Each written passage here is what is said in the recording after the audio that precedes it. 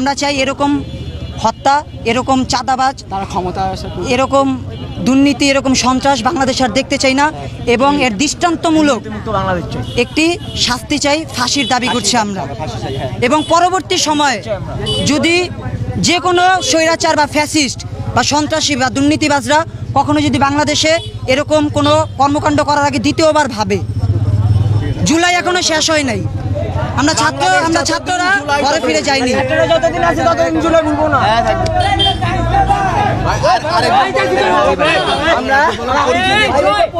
আমরা ভাই এক কথায় আমরা বিএনপি বয়কট চাই, বয়কট চাই।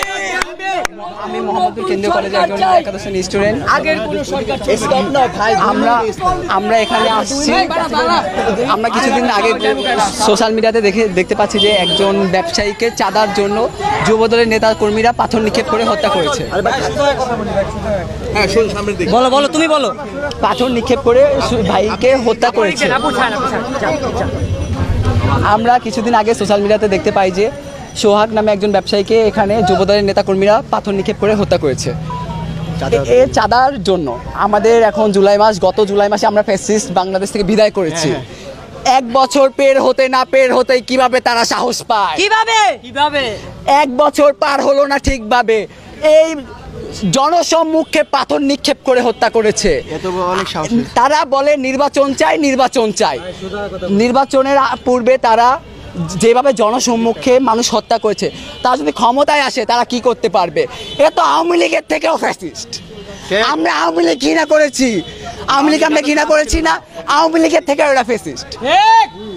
আমরা চাই বর্তমানে যে দেশ সংস্কার কার্যক্রম চলছে, এর পূর্বে যেন বিএনপির কোনো কার্যক্রম তারা বিভিন্ন জায়গায় চাঁদা তুলছে, বিভিন্ন জায়গায় বিভিন্ন রকম মিছিল মিটিং করছে, বিভিন্ন জায়গায় অপরাজকতা বৃদ্ধি করছে। আমরা চাই না, আমরা চাই বর্তমানে তারা জানি তাদের এসব কার্যক্রম অফ রাখুক। পরিশেষে আমরা একটা কথাই বলতে চাই, বর্তমান সময়ে বয়কট বিএনপি,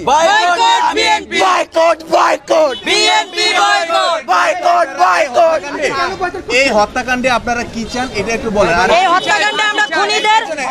এই হত্যাকাণ্ডে আমরা দেখতে পাচ্ছি যে ছাত্র দলের নেতারা তারা অনেক খারাপভাবে পাথর নিক্ষেপ করে মেরে ফেলেছে। তো এখন তো দেশে তারা সরকার ব্যবস্থা হয় নাই, তারা নির্বাচনের আগে এরকম সন্ত্রাসী কার্যক্রম চালিয়ে যাচ্ছে। হ্যাঁ, যদি তারা নির্বাচনে আসে তাহলে কি করতে পারে?